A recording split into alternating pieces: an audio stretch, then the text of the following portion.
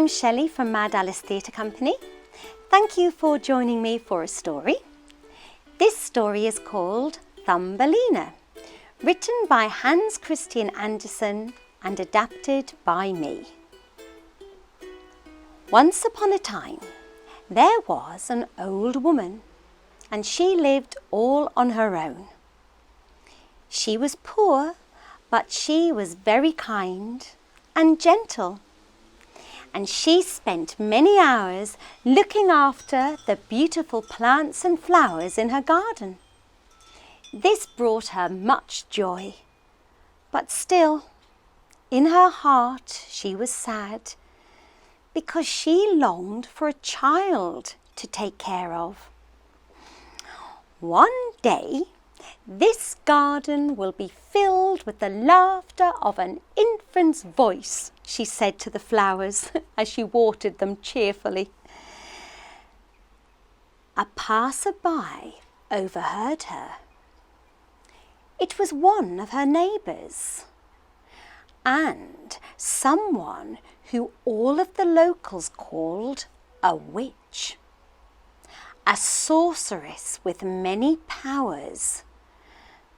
The sorceress felt sorry for the poor old woman, so she gave her a gift, a tiny magical seed. And she told the old woman to plant the seed and wait and see what happened. The old woman did so. Then, a few weeks later, the seed had grown into a beautiful flower. "Oh, you are so lovely," said the old woman, bending down one evening to kiss the closed petals of the flower. But as soon as she did so, the old woman was amazed to see this sweet, tiny, pretty girl sat in the middle of the flower, and the old woman was ecstatically happy. She called the little girl Thumbelina, as she was no bigger than her thumb. Thumbelina was so happy living with the old woman. She'd play for hours, and she enjoyed sweet nectar-juice treats. The old woman took great care of Thumbelina and loved her very much. All summer long, Thumbelina and the poor old woman spent peaceful, joyful days together, until one night in autumn, an unexpected visitor found her way into the kitchen by a broken piece of the kitchen window pane.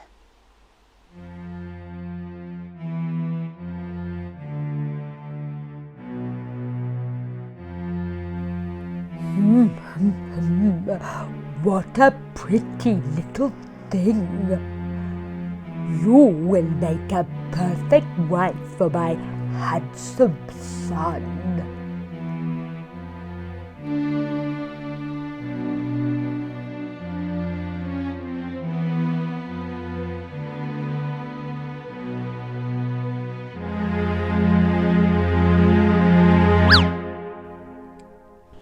It wasn't long until the ugly toad had carried Thumbelina to the marshy river, where she and her not-so-handsome son lived.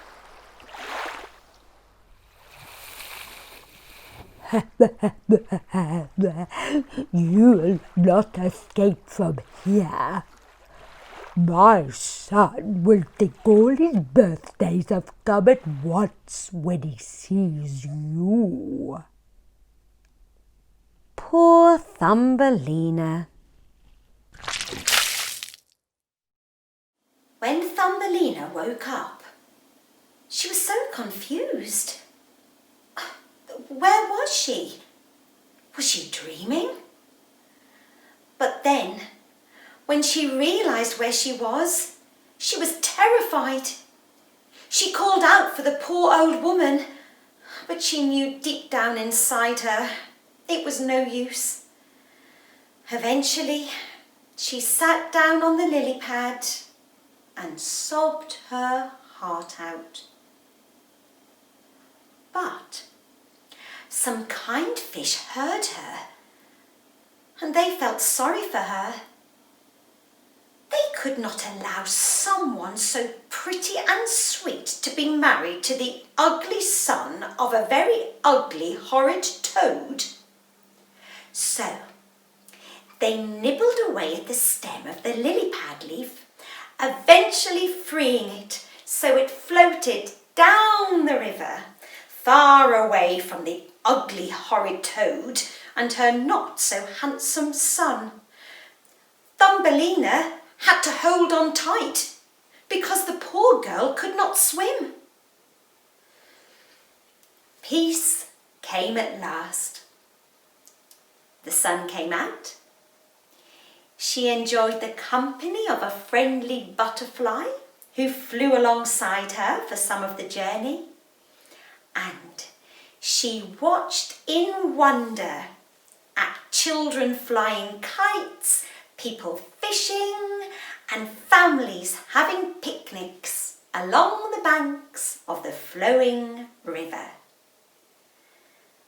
But then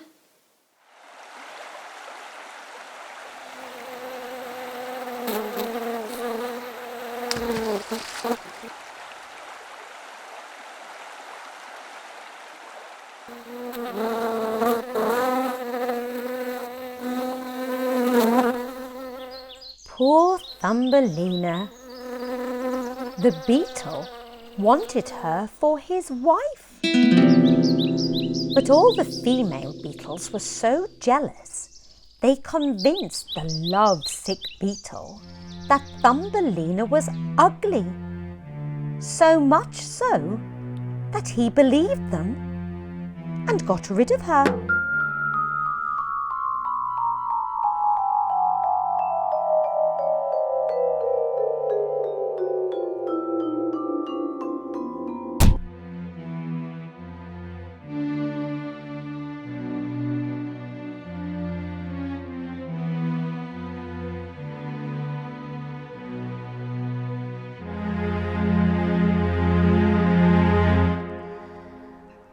Thumbelina was relieved to be free, but upset that she was so ugly.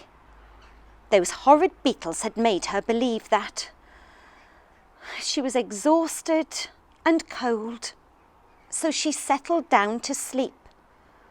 But dogs, howling and barking in the distance, kept her awake, and her hunger pangs. Oh, she longed to be back home with the poor old woman. She started to cry, and as she did so, she heard a scurrying noise coming from a hole in the ground.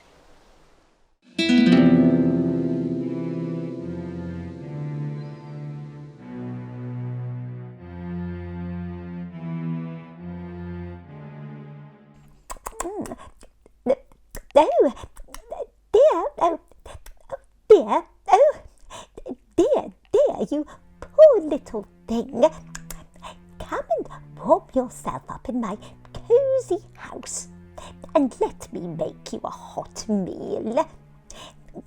If you would be so kind as to keep my house neat and tidy and sparkly clean, you can stay for free and for as long as you like. Thumbelina was so grateful and happy to have found a friend.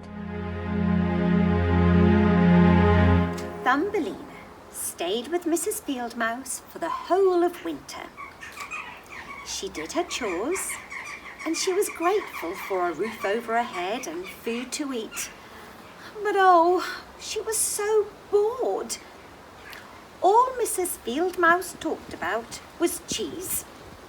Cheese on toast, Edam cheese, cheese and biscuits. And her neighbour, Mr Mole, who came to visit once a week, was equally as boring, with his endless talk about spectacles. Bifocals, varifocals, special offers, designer frames. Oh, how much more could poor Thumbelina take? And Mrs Fieldmouse was not as friendly as she made out to be. No, Mrs Fieldmouse had invited Thumbelina into her home, hoping Thumbelina would be the perfect bride for Mr Mole. Sweet Thumbelina, it would be an absolute honour and delight if you were to accept my invitation to dine with moi in my magnificent underground palace.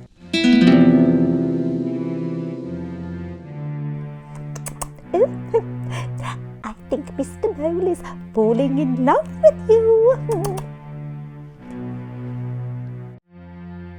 I've had my servant moles dig a tunnel from this meagre house to my most wonderful abode.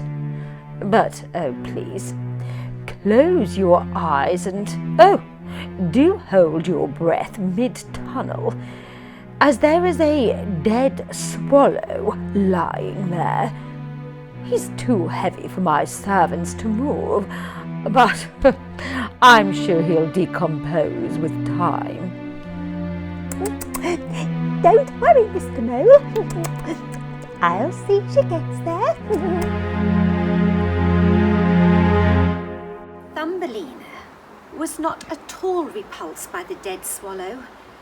Instead, she felt sorry for him and for his family, who she knew would be mourning him. Mr Mole, of course, rushed straight past the swallow and Mrs Fieldmouse, always wanting to be by his side, abiding by his every command and continuously trying to please him. However, Thumbelina stopped, bent down and gave the swallow a loving hug. At which point she felt the swallow's heart beating. Faintly, yes, but still beating. The swallow was alive. From then on, every day for weeks, Thumbelina would sneak out of Mrs Fieldmouse's house, down to the tunnel, and care for the swallow. She weaved him a blanket out of hay to keep him warm, and she made him a pillow from soft leaves so he could rest comfortably. She even smuggled out some of her own food and drink and shared it with the swallow. So, day by day, the swallow became stronger and healthier, and at the beginning of spring, he was completely better. My dear Thumbelina, I will never forget how kind you have been to me, and one day I hope I can help you just as much as you have helped me. But now it's time for me to go to my family. They will be so happy and relieved to see me. Until we hopefully meet again. Goodbye, sweet Thumbelina.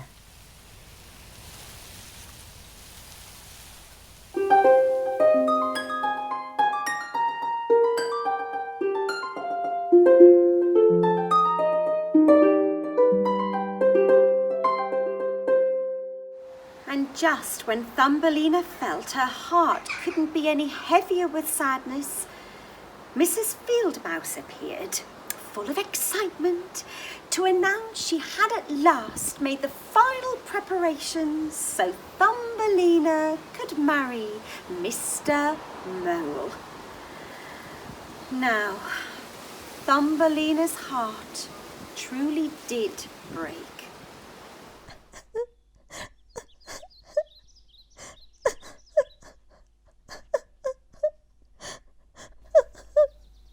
to live underground in darkness for the rest of her days, never to feel the warm sunshine on her skin, to run free in the wind or dance with the wild flowers. This was all too much for poor Thumbelina. But look, Thumbelina, someone is coming to save you.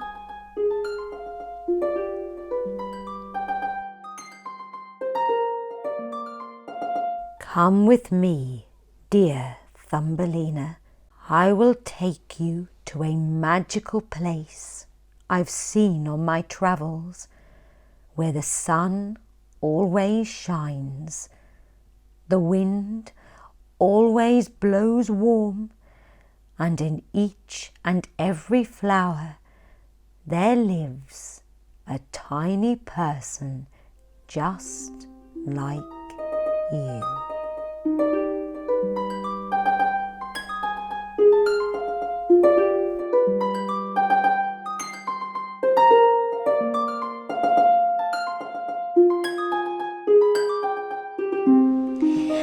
Thumbelina loved this new magical place. She made lots of friends, and the swallow would visit her every autumn and spend the whole of winter with her. But what about the poor old woman? Thumbelina begged the swallow to find her, which he did. And from then on, every summer he would take Thumbelina to visit the poor old woman. They were both so happy to be reunited. But why didn't Thumbelina live with the poor old woman forever?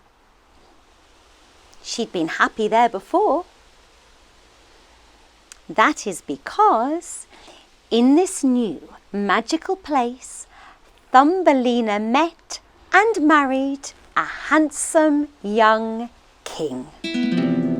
This kind king ruled over all the flower people, and he made Thumbelina queen of the flower people.